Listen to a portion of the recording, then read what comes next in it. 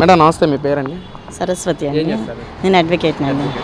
Advocate అంటా ఉన్నారు. మరి ఈ రోజున చంద్రబాబు కేసులు మాఫీ చేసుకుంటా అధికారంలో ఉండగా మాఫీ చేసుకుంటున్నారని చెప్పి కొంతమంది మాట్లాడుతున్నారు. ఏం చెప్తారు దాని గురించి?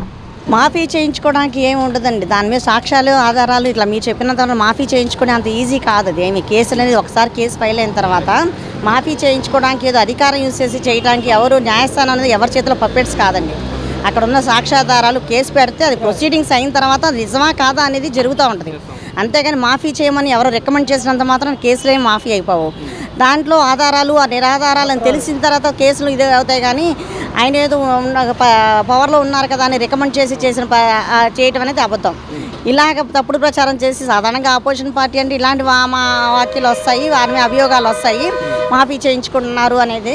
ఇప్పుడు మరి రూలింగ్ పార్టీలోకి వచ్చిన తర్వాత వీళ్ళు లోకల్ గవర్నమెంట్ చేసినవన్నీ బయటికి తీస్తున్నారు. ఇప్పుడు ప్రజలకు తెలుస్తుంది వాళ్ళు అన్యాయంగా ఎంత అక్రమంగా భూ కబ్జాలు చేసి పెద్దిరెడ్డి రామచంద్రారెడ్డి గారిది అయితే కనుక ఆ చిత్తూరు ఆయన ఆ తిరుపతిలో అటువైపు అంతా ల్యాండ్స్ అన్నీ అట్లా భూ కబ్జాలు భార్య పేరు మీద ఇది చేసింది. అట్లాంటివన్నీ బయటపడినాక అనుకుంటున్నాం అన్నమాట. అప్పుడు రూలింగ్ పార్టీ చేసిన అన్యాయాలు ఏంటి ఇప్పుడు మాకు తెలుస్తున్నాయి. అవన్నీ కేసులు మాఫీ చేయించుకోవడం అనేది ఎవరి పరిధి కాదండి, వాళ్ళ పరిధి కాదు. అది పవర్లో ఉన్నా పవర్లో లేకపోయినా according to the records according to the evidence జరుగుద్ది తప్పించి ఎవరు ఒక అధికారంలో ఉన్నాం కదా అని మాఫీ చేయించుకోవడం అనేది ఎవరిది. ఎవరన్నా అలా చట్టం ముందు ఎవరన్నా సమానమే. ప్రైమ్ మినిస్టర్ ఆఫ్ ఇండియా అయినా సరే చట్టం ముందు ఒకటే. అలా మాఫీ చేయించుకోవడం అనేది ఒక అభియోగం తప్పించి ఆ మాఫీ చేయించుకోవడం అనేది నిజం కాదు సార్. మాఫీ చేసుకోవటం అనేది రాంగ్ అండి. ఎవరు చట్టాన్ని పరిధిలో ఎవరు అలా మాఫీ చేసుకొని కేసులు తీసేయడానికి ఎవరికి వల్ల కాదండి. అట్లాగా ఆయన అన్యాయంగా అతన్ని ఒక కేసులో ఇది చేసి అతన్ని అక్రమంగా అన్యాయంగా ఒక కేసులో అతన్ని పీటీ వారెంటీ ఇష్యూ చేయించి చాలా అటు ఆ జైల్లో ఈ జైల్లో అతన్ని వేయించి అతన్ని ఇబ్బంది పెట్టి ఆరోగ్యపరంగా అతను క్షీణించి ఏదన్నా అయ్యి అతను చనిపోయే స్థితికి వచ్చేలా చేద్దాము అని చెప్పేసి దాన్ని ఏదైనా ఒక పొలిటికల్ ఇది చేసుకొని వాళ్ళు ఆ టైంలో వాళ్ళు పవర్లో ఉండటం వల్ల ఆ పవర్ పరిధి ఉపయోగించి వాళ్ళు అతన్ని ఏదైనా చేద్దామని ఒక ఇది దుష్ట ఆలోచనలతో చేసిన పన్నాగం తప్పించి ఆ కేసుల నిమిత్తం ఆయన అసలు ఆ కేసుల్లో అతన్ని అపరాధి కాదు. ఆ కేసుల్ని బనాయించి అతన్ని మానసికంగా కుంగదీసి అతని ఆరోగ్య వయసు మీరిన మనిషి సీనియర్ సిటిజన్ కాబట్టి అతనికి ఏదైనా అనారోగ్యం వచ్చి అక్కడ ఏదైనా అయితే కనుక అట్లా జైల్లో చనిపోయారు అని చెప్పి చూపిద్దామని చెప్పేసి ఒక పన్నాగం చేసి కావాలని అతన్ని అన్ని రోజులు అలాగా జైల్లో మొగ్గపెట్టి అతను ఇది చేశారు, హెరాస్ చేశారు. తీరా అందరూ మేల్కొని ఇది ఒక అన్యాయంగా అక్రమంగా రూలింగ్ పార్టీ చేసిన ఒక అక్రమ ఆలోచన పన్నాగం అని చెప్పేసి తెలుసుకొని దాని గురించి అన్నీ రియాక్ట్ అయ్యి ఆఖరికి బాలకృష్ణ గారు ఒక పవన్ కళ్యాణ్ వీళ్ళందరూ ఆ టైంలో ఒక ఉమ్మడిగా వాళ్ళందరూ కలిసి దీన్ని కాదు ఇది తెప్పి కొట్టాలి, ఇది అన్యాయంగా చేస్తున్నారు. అతను మన అపోజిట్ లీడర్ అయినప్పటికీ కూడా అతన్ని అలా హెరాస్ చేయడం అనేది చాలా రాంగ్ అని చెప్పేసి వాళ్ళు కూడా తెలుసుకొని వాళ్ళందరూ పవన్ కళ్యాణ్ కూడా ఆ టైంలో అతన్ని కలిసి ఇది తప్పు, ఇది చేసింది ఇతని కుట్రలన్నీ తెలుసుకొని అతని దగ్గరికి వెళ్ళి చంద్రబాబు నాయుడు గారి దగ్గరికి వెళ్ళి ఆయన పరిస్థితి చూసి ఈ కేసుల్లో ఇలా చేసి ఇతను తప్పుడు కేసులు పెట్టి ఇతన్ని ఇలాగా బనాయించి అతని లోపల ఉంచేసేసి అతన్ని అన్ని విధాల హెరాస్ చేయడానికి చేసిన పని అని తెలుసుకొని ప్రజల వద్దకు వచ్చి అప్పుడు వాళ్ళు ఉన్న విషయాల్ని ఎలా హెరాస్ చేస్తారు, ఇదంతా తప్పుడు కేసులు ఇవి ఇట్లా ఇంతకాలం అతన్ని లోపల పెట్టి ఇది చేయడం అనేది చాలా రాంగ్ అని చెప్పేసి వాళ్ళు బయట ప్రజలందరికీ చెప్పి అప్పుడు ఆ టైంలో ఉన్న గవర్నమెంట్ చేసే తప్పుడు పనులన్నీ కూడా బయటికి వాళ్ళు వివరించి చేయటం వల్ల జనాలకి తెలిసిందండి. మేడం మరి ఏదైతే లెక్కర్ స్కామ్ గురించి మన రాష్ట్రం కూడా ఒక బేపత్మైన ట్రోల్ జరుగుతుంది. లెక్కర్ స్కామ్ అనేది గత ప్రభుత్వ హయాంలో వేల కోట్లు దోచుకున్నారని చెప్పి ఈ రోజున ఎవరైతే లెక్కర్ స్కామ్లో ఉన్నారో వాళ్ళని కూడా రిమాండ్కి జరిపించి అంటే బెయిల్ మీద ఉన్న వాళ్ళకి క్యాన్సిల్ చేసి వాళ్ళ ఆస్తులు కూడా జప్తు చేయమని చెప్పి కూడా హైకోర్టు నుంచి స్టే చూసాము. ఎలా చూడొచ్చు మేడం ఫైనల్గా లెక్కర్ స్కామ్ ఎలా దారి తిరుగుతుందంటారు? అది according to the procedure court law take its own course అన్నట్టుగా దాని ప్రకారం జరుగుద్దండి. అదేమీ ఏదన్నా తప్పులు అనేది అపరాధాలన్నీ బయటకు వచ్చాయి.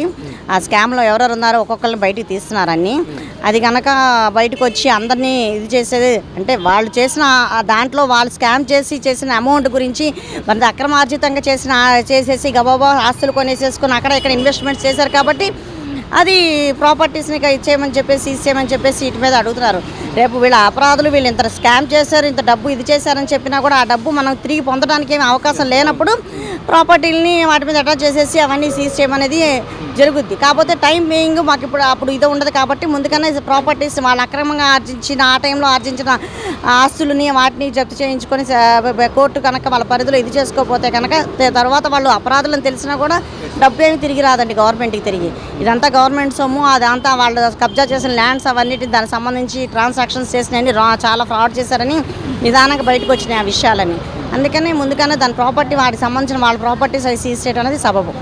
మరి ఏం చెప్తారు మేడం? మొన్న ఏదైతే జగన్మోహన్ రెడ్డి ఏదైతే నాంపల్లి కోర్టుకి వెళ్ళారో ఆ కోర్టు టైంలో కూడా ఒక టైం షెడ్యూల్ కేటాయించారు జగన్మోహన్ రెడ్డి. అంటే 11:30 కాడ నుంచి 1 గంట వ్యవధిలో నేను గంట టైంలోనే ఉంటానని చెప్పి అసలు న్యాయ వ్యవస్థల మీద అలా చేయడం ఎలా చూడొచ్చు అంటారు? ఫైనల్గా జగన్మోహన్ రెడ్డికి న్యాయ వ్యవస్థల మీద నమ్మకం ఉందంటారు? అసలు అతనికి గౌరవం లేదండి అసలు. మామూలుగా కూడా న్యాయ వ్యవస్థ అనేది గౌరవం లేదు. అతను చేసిన అతని చుట్టూ ఉన్న అతను ఆ టైంలో వాళ్ళ నాయకులందరూ చేసిన పనులు అవన్నీ కూడా వాళ్ళకి ఏంటంటే న్యాయ వ్యవస్థ అనేది గౌరవం లేదు.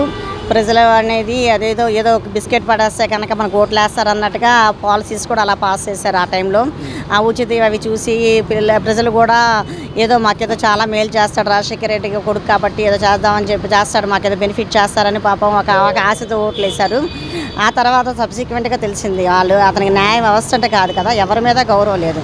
అదేదో వాళ్ళు గవర్నమెంట్ పాలన చేసి ఎదురుగా వాళ్ళని దూషించడం, వాళ్ళని ఇబ్బందులు పెట్టడం, వాళ్ళ మీద కేసులు బనాయించడం, వాళ్ళని అక్రమంగా కేసులు ఇరిగించడం, వాళ్ళు ఇబ్బంది పెట్టాలని ఒక కక్ష సాధింపు చర్యలాగా వచ్చారు. కానీ పవర్లోకి వాళ్ళు చేసిన అభివృద్ధి ఏమీ కనిపించలేదండి ఎవరికి.